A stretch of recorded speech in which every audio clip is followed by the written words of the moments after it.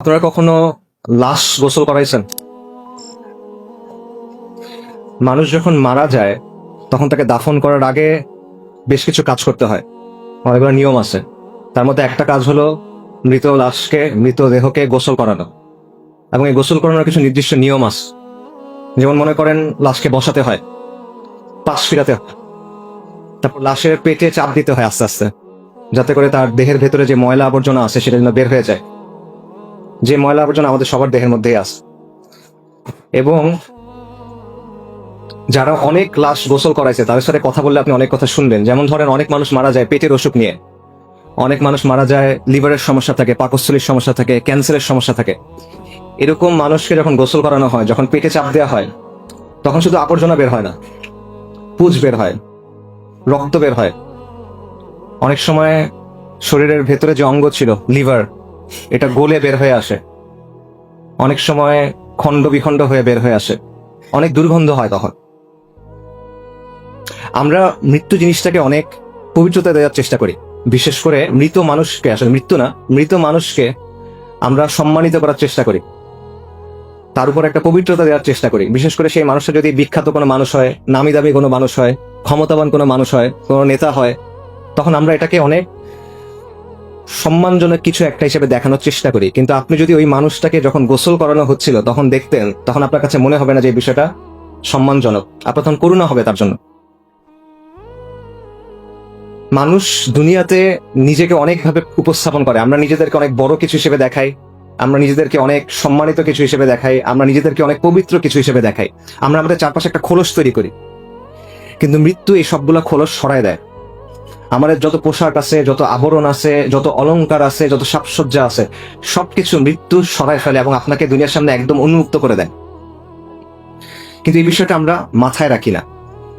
আমরা দুনিয়ার জন্য ক্রমাগত ছুটতে থাকি, দুনিয়ার জন্য ক্রমাগত ফিকির করি, দুনিয়ার জন্য ক্রমাগত কাজ করি। আমাদের সব চিন্তা দুনিয়া নিয়ে, যে দুনিয়াতে আমার জীবনটা কিভাবে আরো কমফোর্টেবল হবে, আরামদায়ক হবে, দুনিয়াতে আমার জীবনটা কিভাবে আরো সম্মানজনক হবে, দুনিয়াতে আমার জীবনটা কিভাবে আরো সচ্ছল হবে, দুনিয়াতে আমার জীবনযাপনের স্টাইলটা, মানে লাইফস্টাইলটা কিভাবে আরো উন্নত হবে, কিভাবে আমি অমুক জিনিসটা কিনবো, কিভাবে আমি অমুক জিনিসটা ব্যবহার করব, কিভাবে অমুক জায়গায় যাব। সব চিন্তা ভাবনা আমাদের এই জায়গা নিয়ে। কিন্তু যেই জিনিসটা আপনার কাছে আসতেছে, মৃত্যু, ওই মৃত্যুটা যে সম্মানজনক হবে আপনার, ওই মৃত্যুর পরে যে জীবনটা আপনার জন্য অপেক্ষা করতেছে, সেটা যে সম্মানজনক হবে কিনা, সেটা নিয়ে আমরা একেবারেই চিন্তা করি না। আমরা এটা নিয়ে একেবারে গাফেল, উদাসীন। একজন মহান তাবেঈ ছিলেন সুফিয়ান আস-সাওরী রাহিমাহুল্লাহ, সাহাবাদের ছাত্র। ওনাকে বলা হতো আমিরুল মুমিনিন ফিল হাদিস। হাদিসের ব্যাপারে বিশাল জ্ঞান রাখতেন। ওনাকে একজন এসে প্রশ্ন করছে, ইয়া আবু আব্দুল্লাহ, ওনার কুনি আবু আব্দুল্লাহ, দুনিয়ার জন্য কিভাবে প্রস্তুতি নিব বলেন, আখিরাতের জন্য কিভাবে প্রস্তুতি নিব বলেন। সুফিয়ান সাওরী বলছেন, দুনিয়াতে যে পরিমাণ সময় থাকবা সেটা অনুযায়ী দুনিয়ার জন্য কাজ করো, আখিরাতে যে পরিমাণ সময় থাকবা সেটা অনুযায়ী আখিরাতের জন্য কাজ করো। দুনিয়াতে কতদিন থাকবেন বলেন? 80 বছর সর্বোচ্চ, 100 বছর, 120 বছর সর্বোচ্চ, নাকি?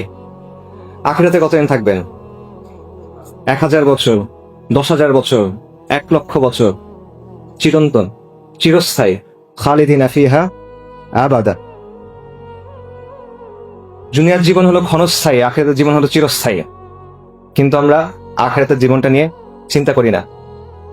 আল্লাহ সুবহানাহু ওয়া তাআলা কোরআনে বলছেন, কুল্লু নাফসিন যায়িকাতুল মাউত, নিশ্চয়ই প্রত্যেক জীবকে মৃত্যুর স্বাদ আস্বাদন করতে হবে।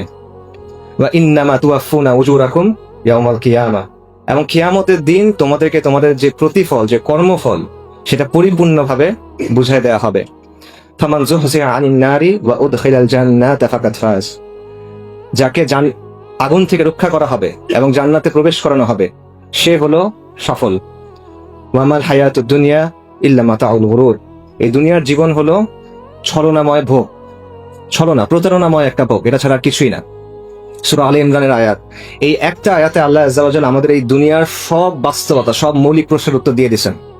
যে বিষয় নিয়ে আমাদের এত পেরেশানি, যে বিষয় নিয়ে আমাদের এত ছোটাছুটি, যে বিষয় নিয়ে আমাদের এত চিন্তা, এত কষ্ট, সবকিছুর আসল মূল্যটা কত, এই সবকিছুর পরে কি অপেক্ষা করতেছে, দুনিয়ার সফলতা কি, ব্যর্থতা কি, এরপরে আমাদের জন্য কি অপেক্ষা করতেছে।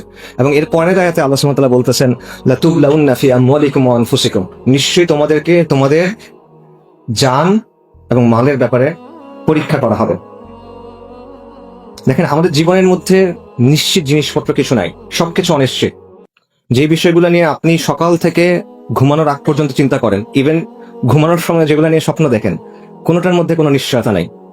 আমাদের উপার্জন, আমাদের পড়াশোনার রেজাল্ট, পরিবারে কি হবে, বাচ্চার কি হবে, সন্তানের কি হবে, স্ত্রীর কি হবে, পিতামাতার কি হবে, দুনিয়াবি যত চিন্তা আছে, যা কিছু নিয়ে আমরা চিন্তা করতেছি, কোনোটার মধ্যে কোনো নিশ্চয়তা নাই, নিশ্চিতভাবে জানার সুযোগ নাই। একটা মাত্র জিনিস নিশ্চিত, সেটা হলো মৃত্যু। কিন্তু এই মৃত্যু নিয়ে আমরা চিন্তা করি না। এই জিনিসটাতে কিভাবে ব্যাখ্যা করবেন?